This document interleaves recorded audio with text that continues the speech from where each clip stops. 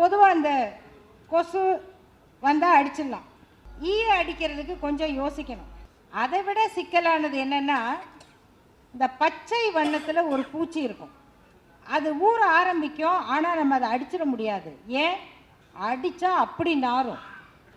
அந்த பூச்சி நம்ம கையில் பட்டுட்டா கூட அந்த நாற்றத்தை நம்மளால் தாங்க முடியாது.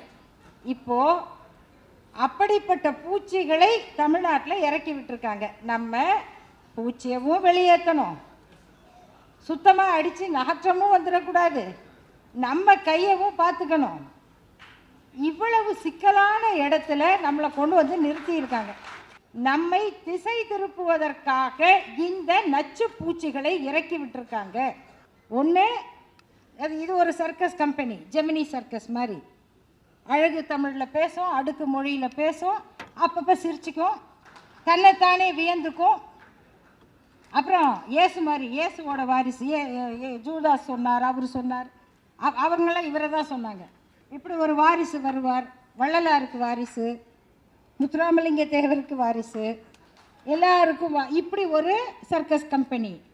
யாராவது ப்ரெஸ் மீட்டையே பொதுக்கூட்டம் மாதிரி கைத்தட்டி ரசித்து, இது ஒரு கம்பெனி, இன்னொரு கம்பெனி இன்னும் ரிலீஸ் ஆகாமல் கஷ்டப்படுது.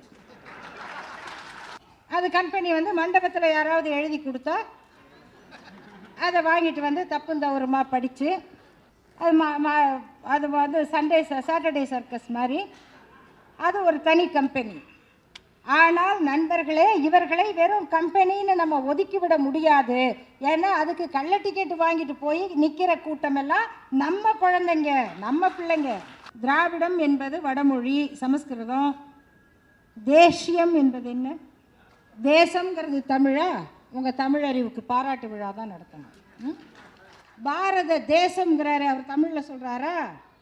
ஏ அமாரா தேஷ் கே அப்படிங்கிறாரு. உங்கள் தேசியம்தான் அது.